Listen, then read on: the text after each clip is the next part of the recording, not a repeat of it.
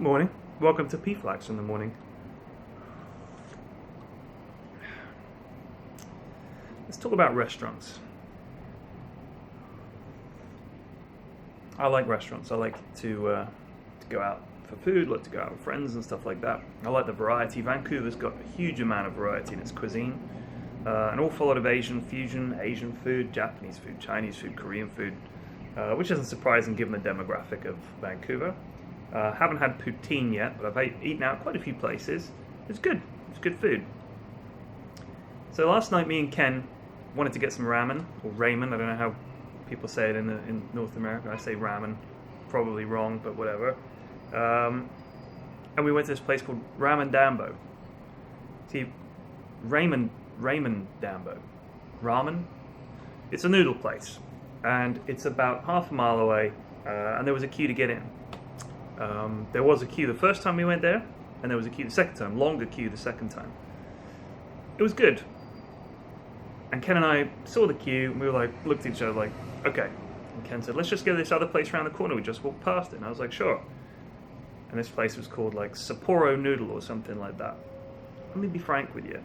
It was just as good, if not a little better, than Ramen Dambo.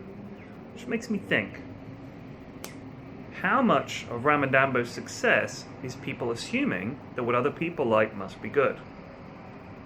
You always see a queue outside it. Every time I've walked past it, there's been a queue. And I think other people see that and say, oh yeah, Ramen Dambo, that's supposed to be really good. I'm not even joking. This other place, we walked straight in, food was just as good, if not better. I think my ramen was actually better in Sapporo Noodle, which is just around the corner from Ramen Dambo. But everybody's queuing at Ramen Dambo. Same food, basically the same food. It's such a fine line between what makes a restaurant successful and what makes one fail. Most of them fail. I'm sure both restaurants will still be there in a few years' time. But why is Ramen Dambo getting the queue and Sapporo Noodle not? What are they doing differently? One of the things I think is Sapporo Noodle is just around a corner. Ramen Dambo is right on the main road. But Sapporo Noodle, you can see it when you walk into Ramen Dambo. They've got a balcony outside, like a, what do you call it, like a wooden decking. You can sit on it, so you can sit outside. You can't do that at Ramen Dambo. Food was excellent. Really, really good. Loved it. Curious. I'd like to know what the reasoning is on that. Like specifically, like I understand general theory about why one might be more successful than the other. You know, there's lots of things you could go into. Oh, it could be this, could be that. You're right. I'm sure they're all right. But the point is this: what specifically happened between Ramen Dambo and Sapporo Noodle, where one of them was successful, one of them was not? What's the story there? I'd like to know. Also, who considers a crepe a food that you would eat like for dinner? There's crepe places all over. Crepes are something you have when you can't have real pancakes, and they're garbage. It's garbage food. I don't understand why anybody would go to a crepe place to eat just crepes. Doesn't make any sense. Or crepes, as you lot call them, I'm sure, in North America. Crepe. It's a crepe. Or a crepe. Let's talk about tipping.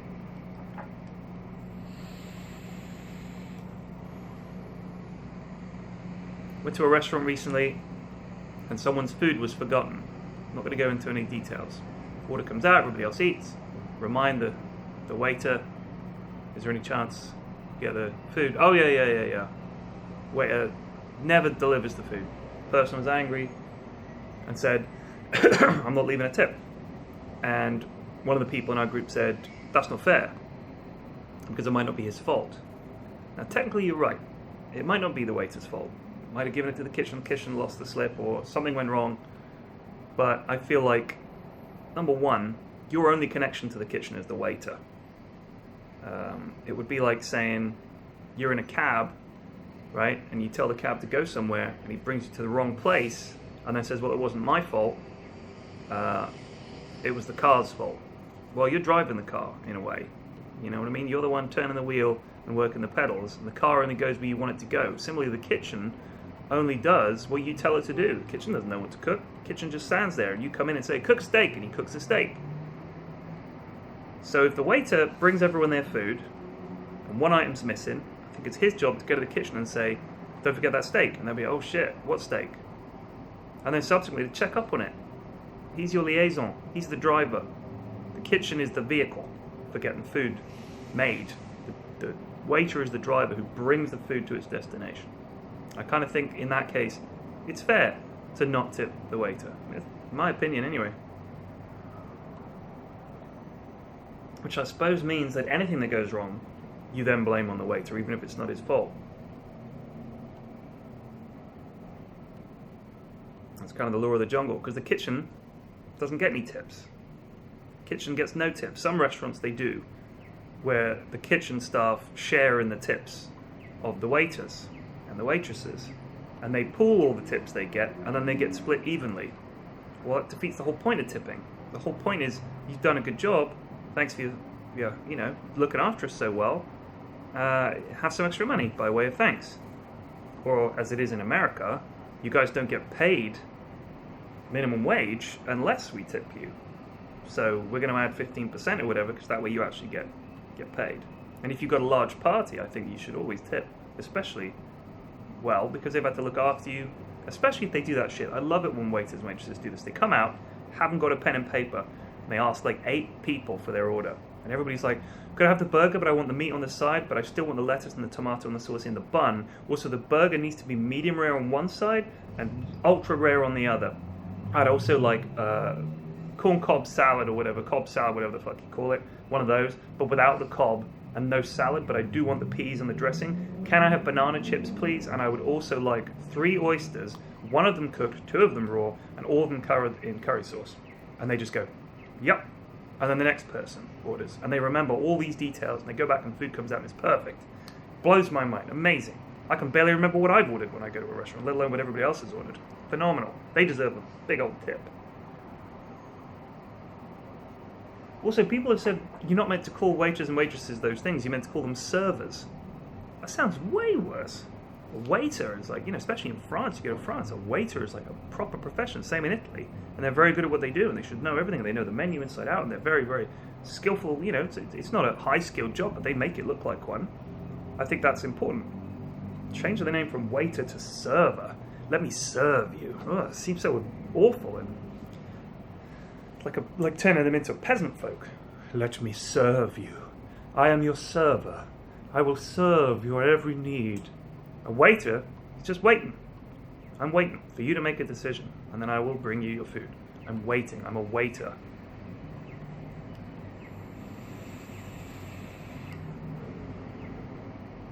So I thought this was funny. There's a referee in the Premier League in the UK. So that would be like an umpire in soccer, okay, to translate it into North American terms. The referee, age 32, career was going fine, quit suddenly. And everybody's wondering why. And the rumor that I've heard is that there is a videotape of him having sex with a dog. And now that it's come out, he's fled, understandably. And obviously, even if that rumor isn't true, that's all that's going to happen at every game is people going to be barking and making dog noises at him.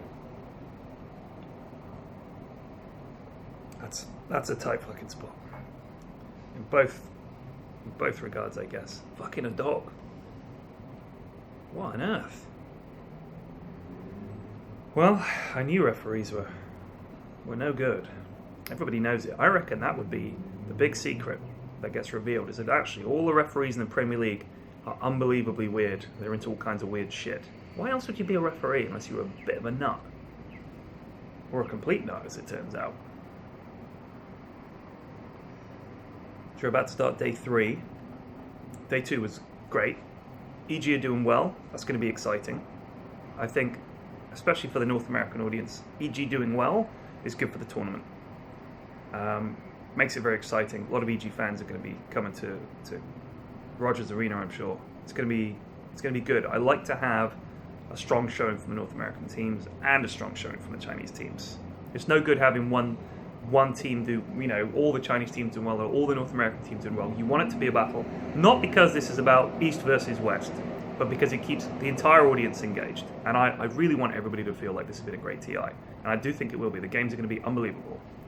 And I'm very much looking forward to when I start work, which will be in a few days' time. Still got some stuff to do. It hasn't been announced yet what we're going to be doing, and I'm glad about that. It's going to be exciting. Keep you guys on the edge of your seat. Sadly, I haven't watched any movies lately, so I can't do a movie review. But I do want to go and see a film with Ken. I think we're going to go see it on one of the days off, called something like 8th Grade or something like that. It's meant to be very good. So we'll go see that. Other than that, honestly, Vancouver is, the more I walk around, the more I like it. It's a very cool place. Very fancy. It's a very attractive city. The way it's laid out, like aesthetically, it's very attractive. The people are very attractive.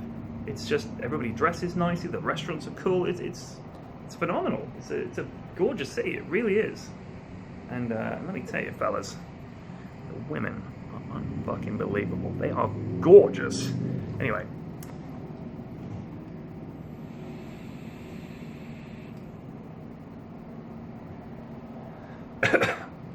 I always say that. Wherever I am at an event, holy shit, the women are gorgeous. I just realized, you know what? They're pretty much gorgeous wherever you go.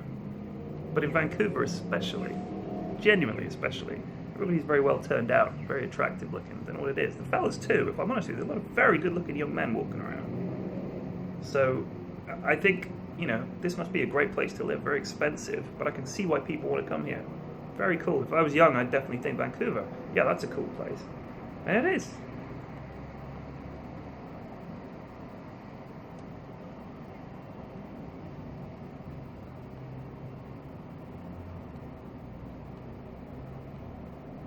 How's your day been so far? Everybody having a good day? You can't answer that, obviously. This is just a one-way conversation, but it's polite to ask. Yeah, look at this straight edge on this sleeve. It looks like my arm is buttressed up against something. Like the left-hand side of this shot has been superimposed on here, but it hasn't. Look, it's just an incredibly straight edge, or it was. Let's see if I can do that again. Look at that. It really does look like I've been superimposed here. But I haven't. I'm a real person. Didn't sleep well again last night. Don't know why. Not as badly. But I keep waking up at 5 a.m. Oh, I remember why I woke up at 5 a.m. last night. I needed a poop. A night poop. The worst of the poops. There's no reason for it. You're like, why am I pooping at 5 in the morning? I normally poop around 9, 10. Got a system, got a regimen. But now all of a sudden I'm pooping at like 5 in the morning. What's that about? It's no good. So, day 3, lots of games. I've acquired an HDMI cable. The internet has improved in the room. I can now watch the games in my room. I'm doing that with Ken and whoever else wants to hang out in here, honestly. But the room needs a clean, so I'm going to go out this morning, got to do a bit of shopping, got to buy some stuff. While I'm out, hopefully they'll clean the room. I'll come back. It's always a nice feeling when you come back and the hotel room is spotless. Problem is, when you've been away for a long time, and when I go back at the end of August, I will have been away for like the whole of August. And you come to your house and it feels unbelievably messy. And everything's, you know, so what's this doing there? Why didn't they clean this up? It's like, oh yeah, because it's my house. Nobody makes your bed. Nobody tucks it all in and makes it nice. If you want fresh, brand new laundered towels, you've got to do it yourself. And you think, oh God. And then you realize what it must be like to live a privileged life where everything's just done for you. It's kind of what a hotel is a glimpse of. I tweeted yesterday a picture of the 2 dogs that they have in the hotel lobby. There's 2 Labradors, a black Labrador and a yellow Labrador. And they're very sweet, but they don't really mind all the people walking around them. And I thought, these dogs seem, either they've been coming to this hotel lobby for years and they just kind of ignore everybody, or something's going on here, like there used to be guide dogs for the blind. And I asked the guy behind the desk, I said, what's the deal with the dogs? And he said, oh, one of the ladies that works here brings them in. And, you know, we don't mind, it's nice when people like it, so he actually brings their dogs to work. And I thought, well, that's very, very forward-thinking of them, allow someone to bring their dogs to work. And he said one of them used to be a seeing eye dog. And I was like, aha, I knew it. That's what they call them over here, a seeing eye dog, which I think is a terrible name. Guide dog is what we call them in the UK.